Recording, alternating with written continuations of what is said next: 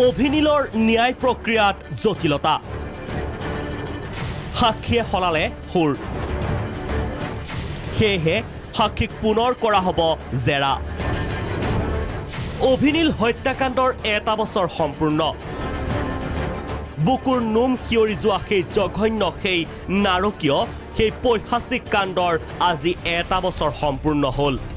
সমগ্ৰ দেশ জোকাৰি যোৱা এই হত্যাকাণ্ডৰ পৰিয়াল দুটাই পোৱা নাই ন্যায় গোচৰটোৰ সাক্ষী হিচাপে থকা ৭১ গৰাকীৰ ১৭ জনৰহে সাক্ষ্য গ্ৰহণ নগাঁও আদালতৰ তাৰে এজন সাক্ষীয়ে তদন্তকাৰী আৰক্ষীৰ আগত দিয়া সাক্ষ্য ৰহস্যজনকভাৱে সলনি কৰিছে আদালতত মাজতে এগৰাকী সাক্ষীয়ে মিছা কথা ক'লে কোৱাৰ বিনিময়ত এতিয়া সেই গৰাকী সাক্ষীক যোৱাকালি এটা শুনানিৰ তাৰিখ আছিল সেই শুনানিৰ তাৰিখত মহামান্য আদালতে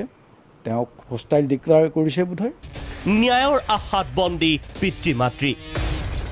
ন্যায় প্ৰক্ৰিয়াৰ লেহেমীয়া হোৱাত ক্ষোভ পিতৃ মাতৃৰ দেশ কঁপাই যোৱা এই হত্যাকাণ্ডৰ ন্যায় পাবনে পৰিয়ালবৰ্গই উচিত বিচাৰ নাপালে ন্যায় ব্যৱস্থাৰ ওপৰতে আস্থা হেৰুৱাব ৰাইজে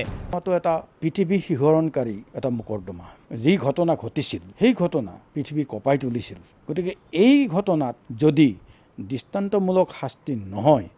আদালতৰ ওপৰত জনসাধাৰণৰ যি বিশ্বাস আছিল সেই বিশ্বাস হেৰাই যাব সেই বিশ্বাস নাথাকে যদিও সম্পূৰ্ণ আশ্বস্ত হ'ব পৰা নাই দুখীয়ে যাতে দৃষ্টান্তমূলক শাস্তি পায় সেইটো আমি পিতৃ মাতৃ লগতে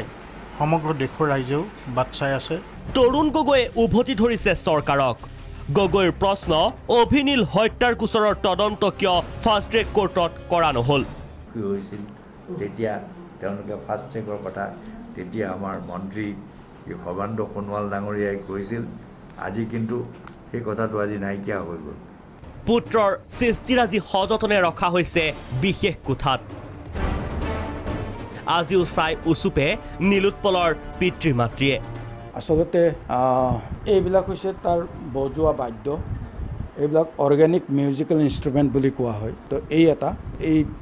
তাৰ পিছফালে সেই এটা ড্ৰাম এই ড্ৰামটোৰ নামটো মই পাহৰিছোঁ মই নাজানো আমি বৰ্তমান উপস্থিত আছোঁ নীলোৎপলৰ কোঠাত নীলোৎপলৰ পিতৃ মাতৃয়ে নীলোৎপলৰ সৃষ্টিৰাজি সজাই পৰাই ৰাখিছে নীলোৎপলৰ কোঠাত আৰু এইসমূহ চায়েই মনত শান্তি দিয়ে নীলোৎপলৰ পিতৃ মাতৃয়ে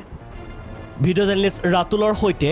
বেলতলাৰ পৰা বন্দন গগৈ সহযোগত ববিতা গগৈ ৰিপৰ্ট প্ৰাগ নিউজ